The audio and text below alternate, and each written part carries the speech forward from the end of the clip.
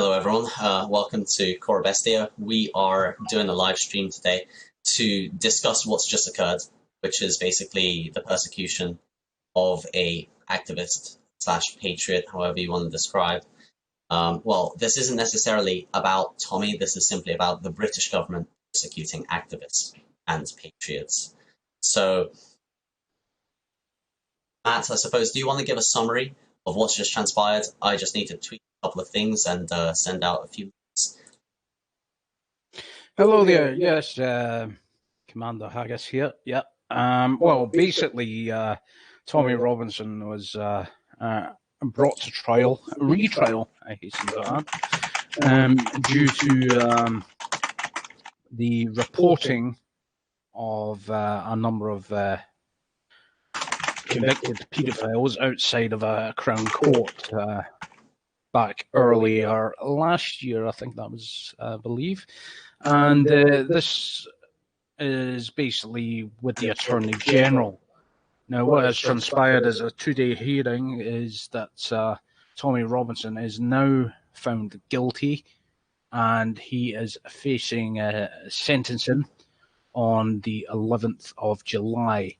Now, I suspect that the Attorney General and the judges will put a custodial sentence on him of a maximum of his original sentence, possibly with a bit more. Now, his original sentence was for 13 months, of which he served 2.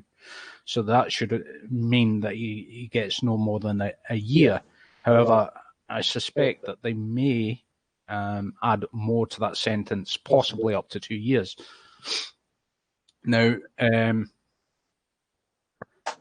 this is quite worrying because we know from the last time he was in the big house, as we call the prison up these parts, is he received death threats, and I've got a feeling that the Islamic community within the prison system will carry out, or be very proactive in carrying out this sentence. This threat, and possibly with government backing, because they've tried to silence Tommy at every opportunity. So it makes you wonder where this is going to go.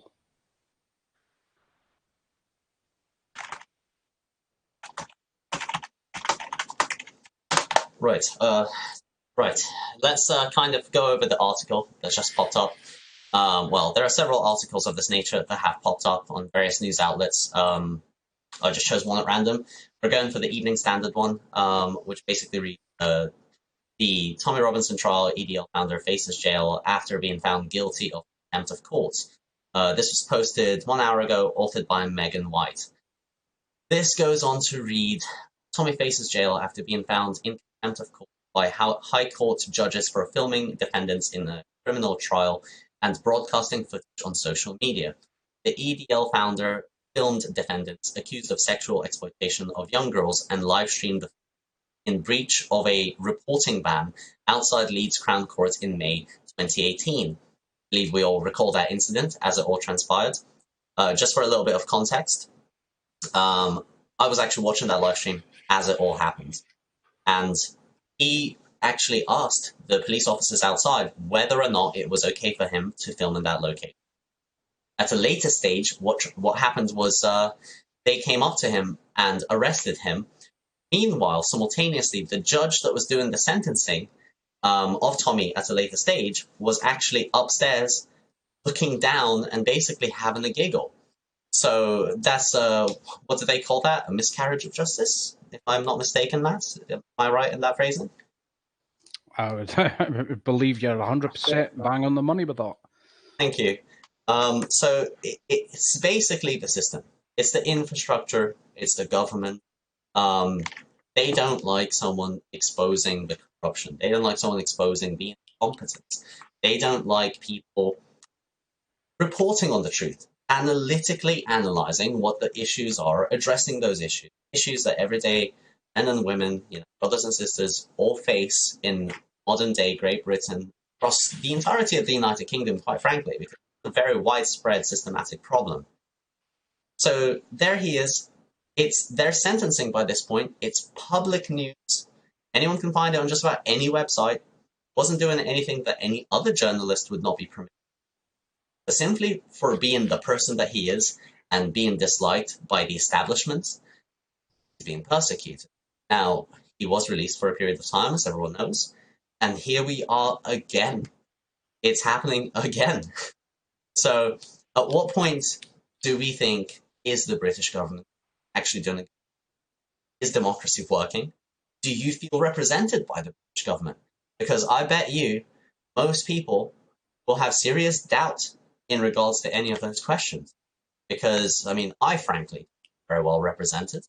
I'm very certain many of my fellow activist patriot friends feel represented, which is why a lot of us travel the countries, the country, do activism, liaise with other groups, and work together to bring attention to all these different issues. In fact, Matt, give a bit of your perspective. Just describe some of the stuff that you've done so that people can kind of get a gist of, how it is. Well, I've obviously travelled up and down this great land of the Great Britain, numerous occasions. I think 25 in total for various demonstrations. Veterans Against Terrorism being the main group that I support. I've also been at the various Brexit demonstrations, and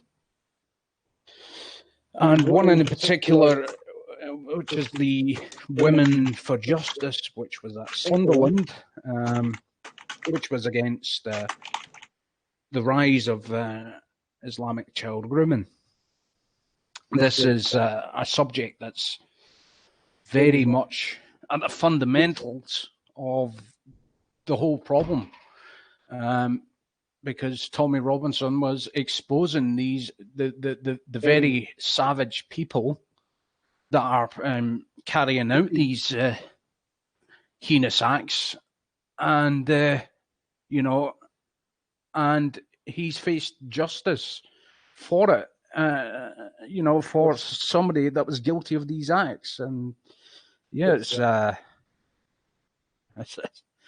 savage. It's savage, and the main problem is, like you just said, the government's against us. The police seem to be against us, very much so at top level. I'm not sure about grassroots level yet, but and the press seem to be, against us, and they're controlling the narrative. And to put it in perspective, what Tommy had done a few months ago is what every single mainstream press officer has done today. He has faced exactly what he did in May 2018. And are the mainstream media going to face the same persecution and prosecution?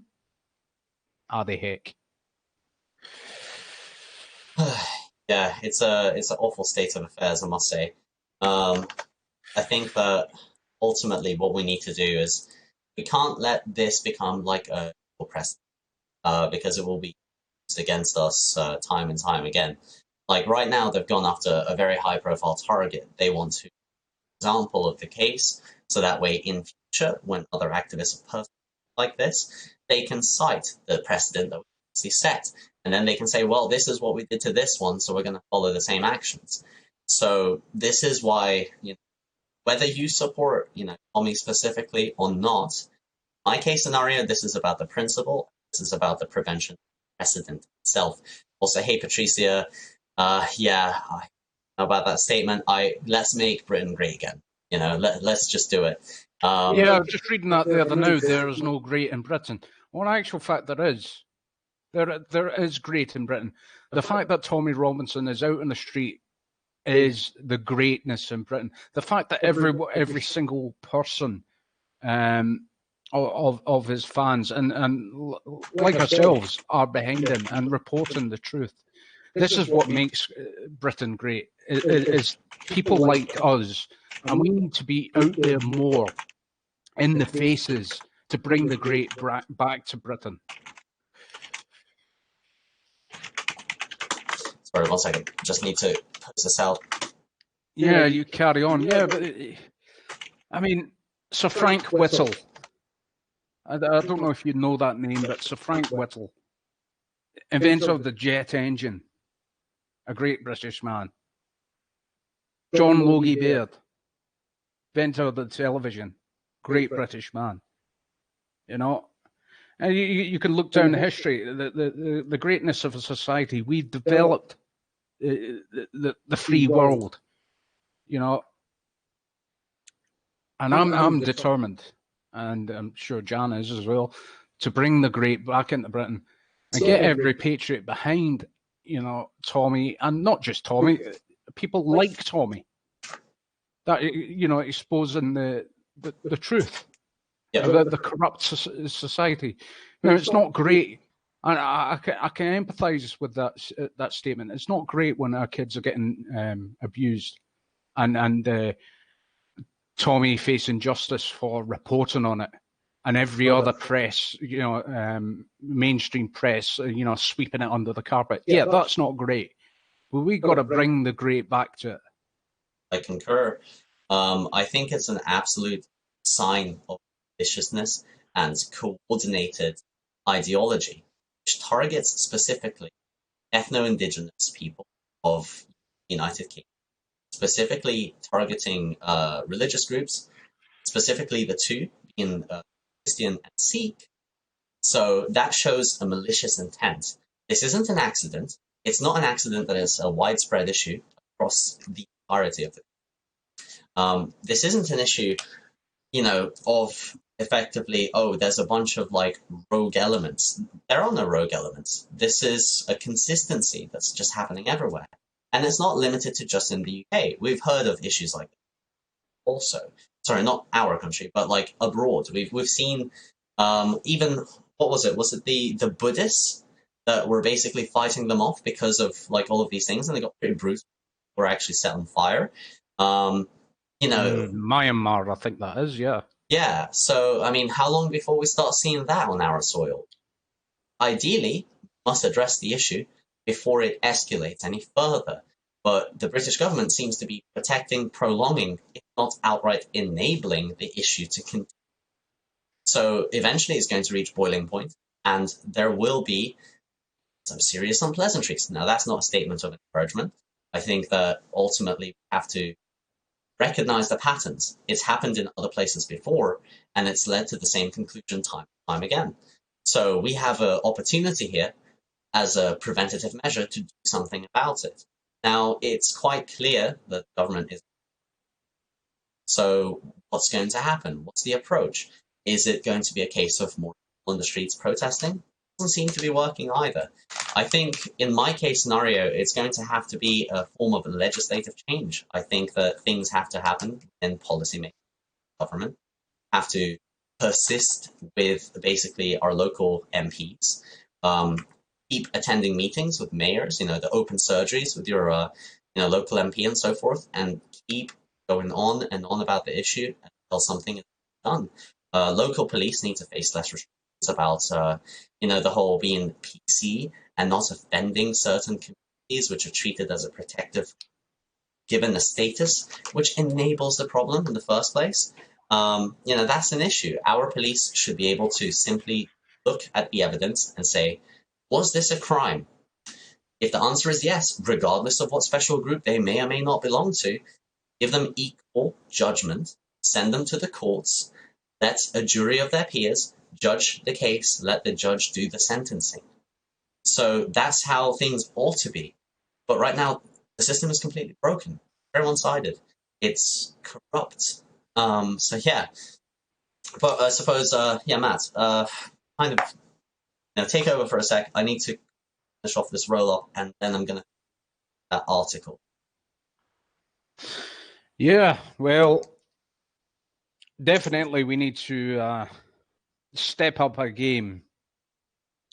We need more people to approach the ministers, obviously not violently, but certainly diplomatically, and we need to be more vocal and not be afraid of the political correctness that's subverting our nation. We need to be more vocal and better with our vocabulary in attacking the problem. We definitely need to be out there more, supporting the likes of Tommy Robinson, and not just Tommy Robinson, but anyone that's sticking up for the rights of the good citizens of Great Britain. We need to do that. It's happening more and more. You're hearing it more and more about the cases of paedophilia and grooming gangs and whatnot in these large areas with Islamic immigration. Now, people in them communities must realize what's going on. They must realize, they must see it, and they must keep reporting it. You know, they've got to keep reporting it and keep on top of it and keep complaining to the ministers or the councillors, or and go one step further. Get on the council. Get on the council. Get the council seat. Exactly. I would encourage everyone, actually, get involved in politics. If you don't feel represented, well, maybe it's because you're the one that should take that initial. Maybe there isn't the right person to represent you. Maybe the only person to represent you, community, itself. Why wait for someone else to do it? Step up your game, basically man up, get out of your comfort zone, be like, hey, you know what? I might come from, let's say, a security industry or a construction trade. That doesn't limit your ability to represent your, as long as you intend good for you. Know what the problems are, whether they're petty problems like waste disposal or badly damaged roads, hazards in the community, contraband distribution, anything like this, right? You know what the issues are. You live in the local area. Clearly, the parties that do not represent you, do not deal with the issues. The issues have persisted for a long time. Well, be the change that you want to see. Get yourself in there, choose a party or run as an independent, get yourself into a constituency, try to run as a mayor if you can. Whatever opportunity may be available to you, there's nothing restricting you, really. The only thing that you have to lose is you might spend some time, you might not win, but you've given it a chance and you've given your community an opportunity to get representation. So I think that would be a noble thing to do. Right, let me finish reading this article real quick.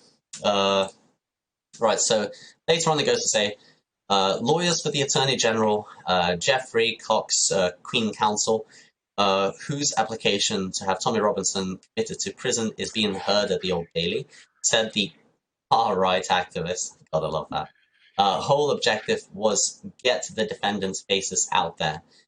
I don't see a problem with that, to be honest.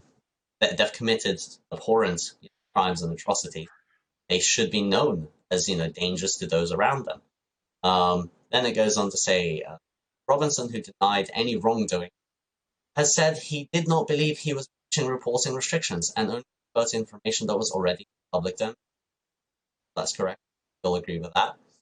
But Dame Victoria Sharp, sitting at the Old Bailey with Mr. Justice Orby, found Robinson in contempt in 3 respects. Robinson was wearing a blue jacket, shirt, and jeans, showing little reaction as the judge announced the decision.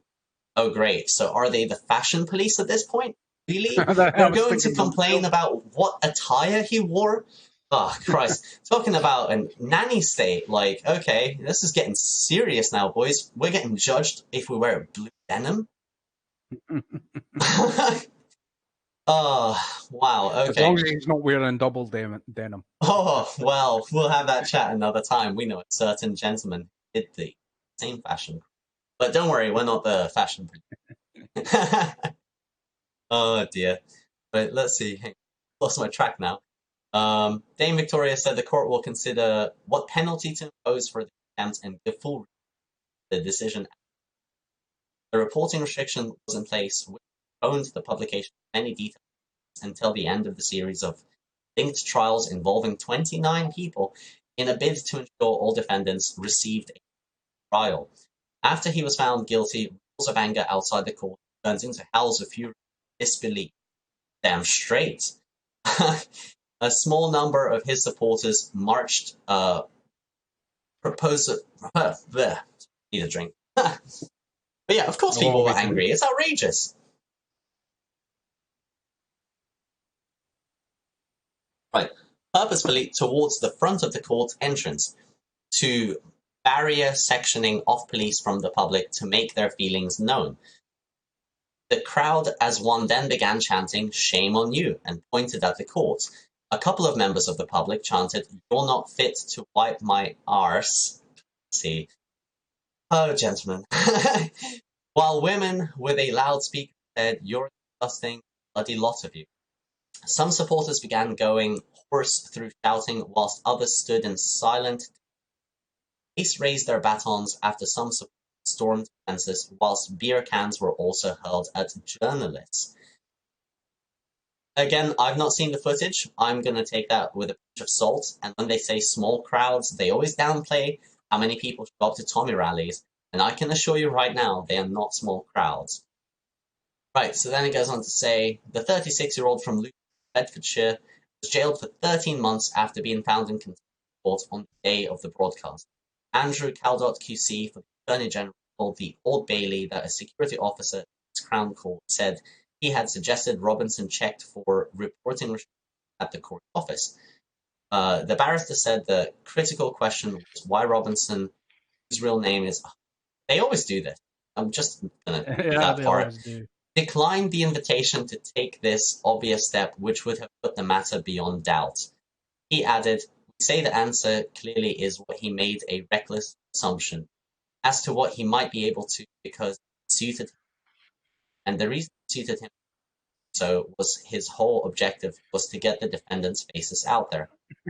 Mr. Caldott told Dame Victoria Sharp and Mr. Justice Warby are hearing the case. Robinson took a punt by referring to details in previous reports of Huddersfield, which had been published before the reporting ban was ordered. Wow, okay. Let's just pause there. What are your thoughts on this article thus far, Matt? I need a breather and some water. Well, if you scroll back up to where it says a small crowd, let's have a look. Just scroll. Small number of his supporters, that bit? Yeah. Yeah. Just scroll back up to that. Yeah, I'm on it. Okay. Yeah, I'm watching through the thing, and it's a bit of a delay. But there you go. There's a partial bit of brainwashing going on right there. A small number of his supporters marched purposely towards the front of the court entrance. Now, does that mean a small number within his supporters, or are they talking about the whole crowd, which is a small number of his supporters? See, the brainwashing in that very sentence.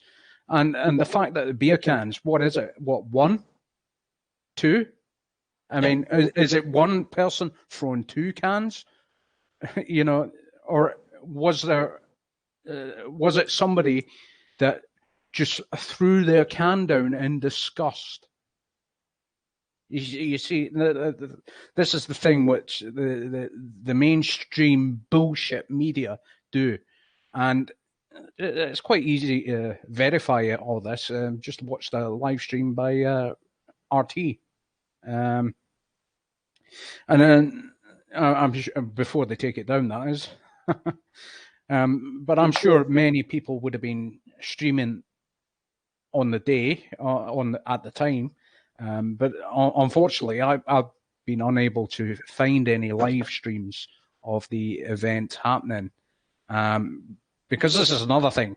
You know, even to mention Tommy Robinson, even his initials, you seem to get barred off Facebook and end up in a 30-day gulag of the Facebook nature, and yeah, because the Facebook Stasi, and they're just silencing free speech at every opportunity. They demonize that man. They've demonized him from the start of that article. Far right. Now, he's not far right, but he's not far wrong either. He's not far wrong. But that doesn't mean you're far right, which, is equivalent to Nazis. Now, has he stated anything which the Nazis have stated? Kill all... for example, kill all Muslims. Has he stated that? Has he stated that? No. But yet they're still demonizing him with this far right brush. In actual fact, he left the EDL because of a rise of far right activists. It's funny how many years down the line he's still being referred to as former leader of this one group. You mean, like, how many years ago? Can you cite when he left? Because, context matters. And I do think that, also nuance matters, of course. The thing is, they're trying to use a little bit of a neurolinguistic wordplay. They're trying to downplay the support base, which is the number of his fans. And as Matt said, we don't know how many missiles / projectiles, how many beer cans, whether they were even beer cans. They could have been anything. They could have been, soft drink, regardless. Don't throw things.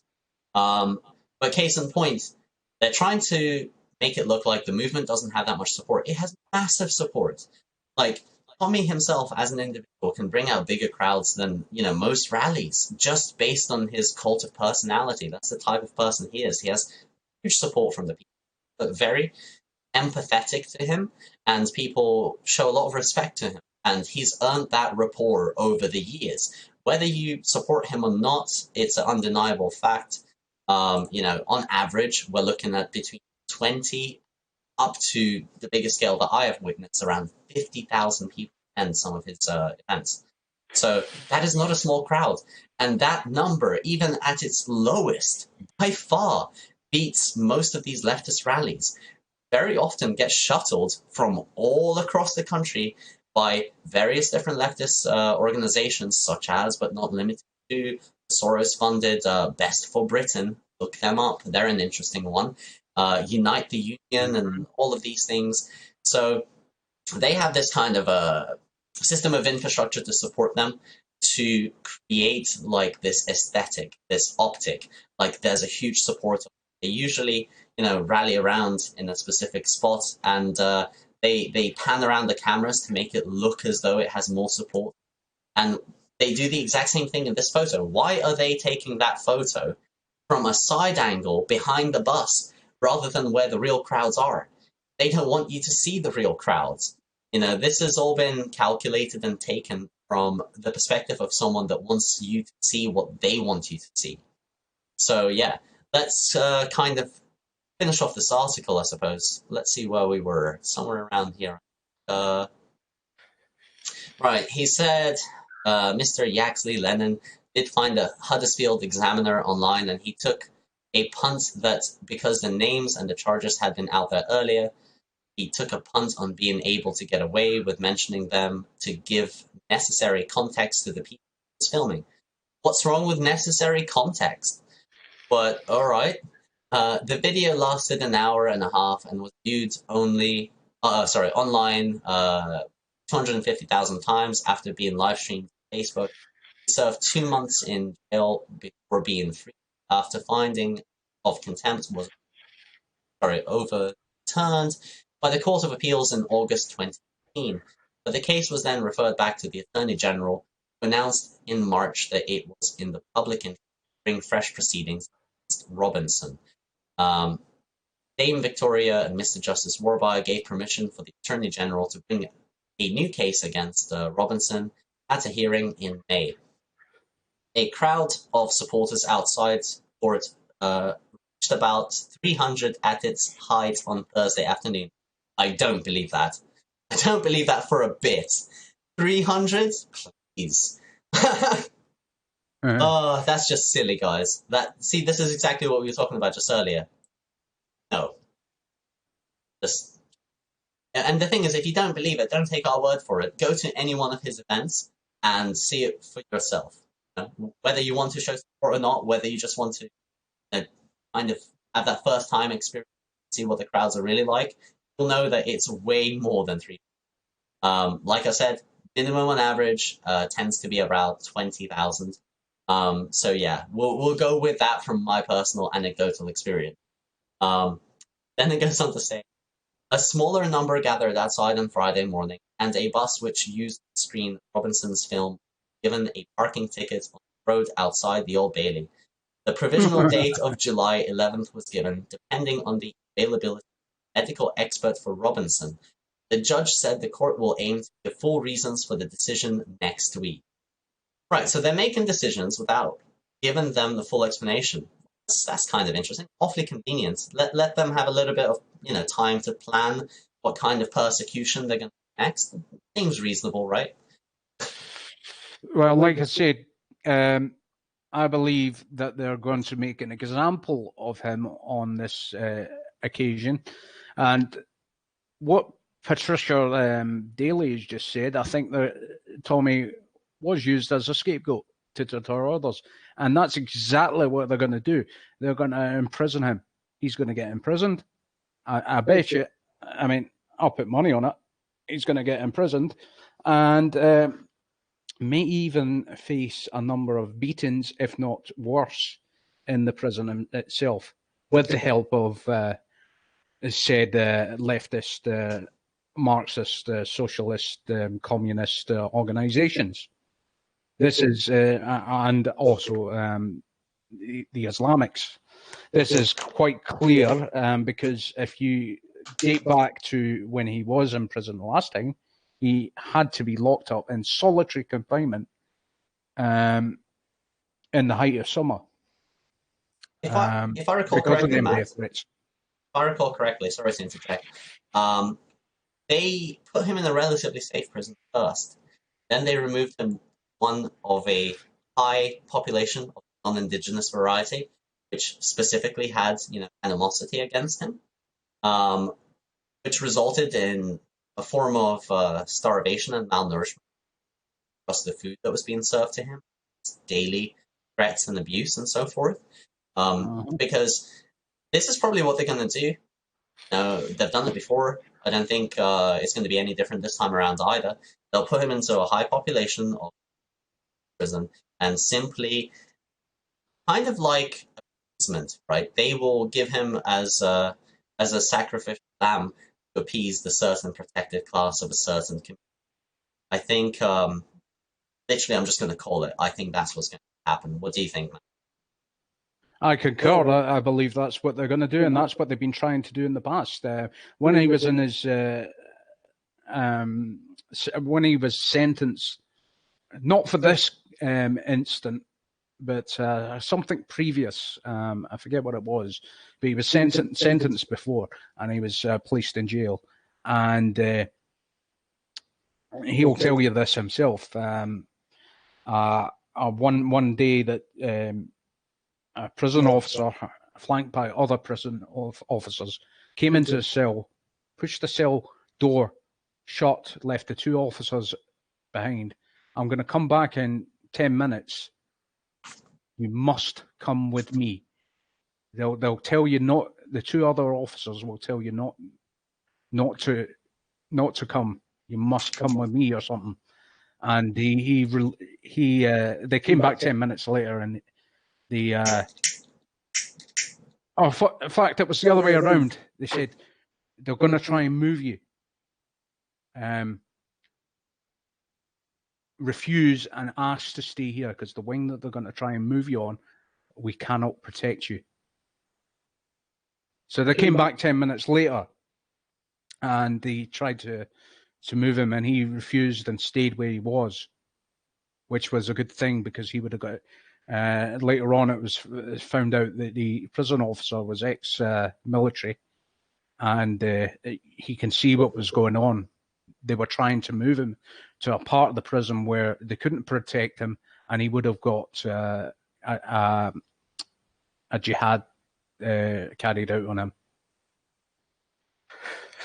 So, this, I think this is going to happen again. He's going to end up in a predominantly ROP prison. You know what I mean by ROP? Yes. He's going to end up in a ROP prison, and he's going to probably end up in the ROP wing. And that's where, that's where the danger lies. And the government and prison officers are going to turn a blind eye. Let's hope there's going to be a few that's sympathetic and understanding to what Tommy's all about when he reaches that prison. I mean, hopefully, fingers crossed, glass half full rather than half empty. It's not going to end up like that. But the writing's on the wall. They want to make him an example. Kind of want to talk about other patriots, specifically ones from outside of the UK. Now, for those of you who do know who I am and what I'm about, many of you know that I am a new rights activist. I'm an identitarian. I'm associated to any specific other than CorBestia, which are all independents, and we all have different ethoses that are somewhat parallel with one another. But talking about, I suppose, the identitarian, or, the original, what do they call them, identitaire, Martin Sellner. So Martin Sellner, last year in 2018, tried to come into the country, and him and his girlfriend, Brittany Pettibone, were both arrested. I believe it was for a period of 3 days, but they were separated, and at a later stage this year, recently, maybe 2 weeks ago, he tried to submit an application to come to the country and make a speech, and was just outright denied. So I suppose the question ought to be asked, why is it that, let's say, a identitarian activist who has not been found guilty of doing anything heinous or controversial, being denied access to spread his message and so forth, and there's people being denied left, right, and center. But then meanwhile, very radical preachers, or even, let's say, someone from like a Saudi prince and so on, comes here with no issue whatsoever, is able to freely walk around with little to no surveillance and so forth, preach whatever messages they wish to preach, no issue. But whenever it's someone who represents the agenda of the European people, the indigenous European people specifically, suddenly it's a big issue, and the government takes a strong stance and denies access. Again, do you feel that that is fair? Do you feel that you are being represented? Or do you think that there is some foreign interference taking place?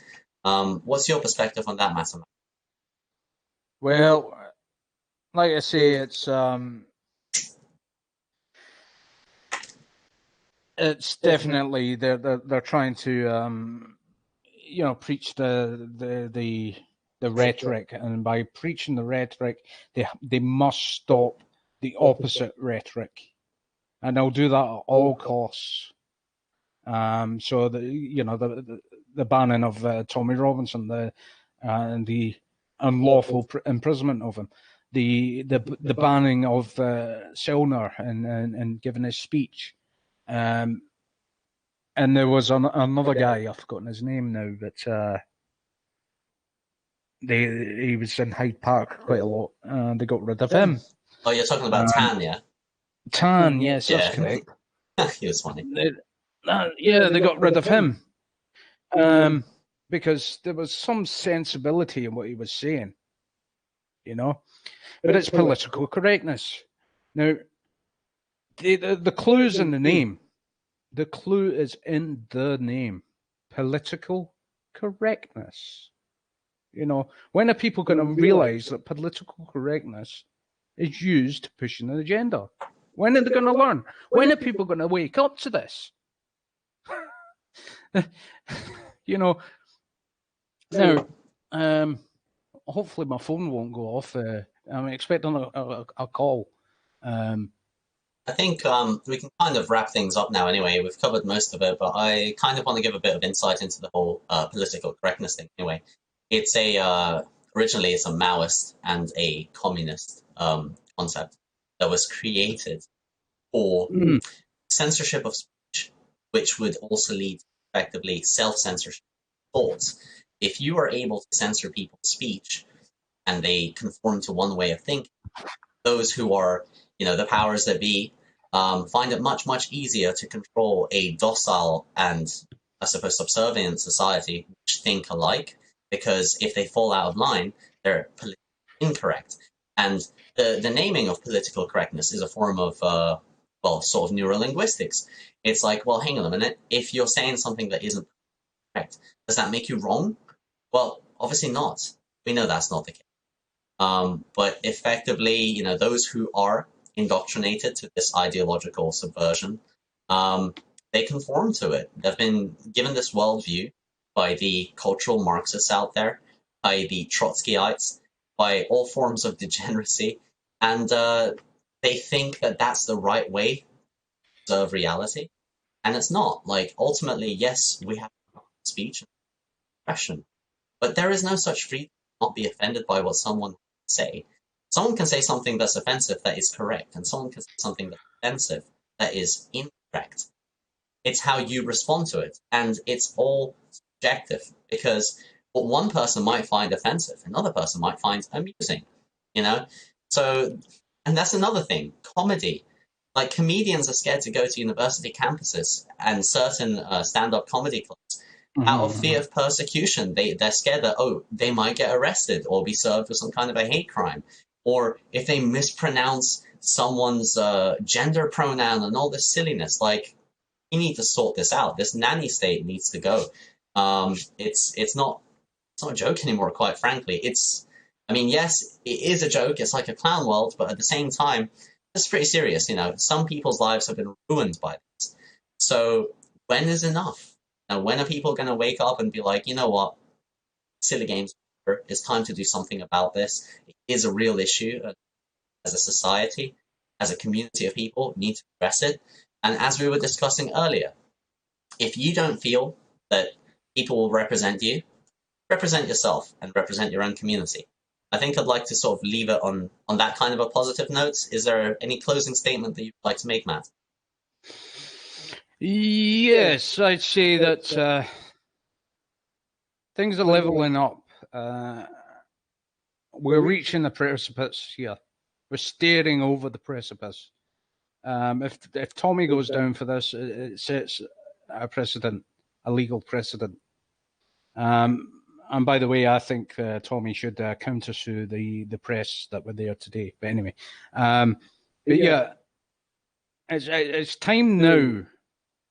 Time now that we should unite, really unite, and start, getting rid of this. He said this, he said that, blah blah blah.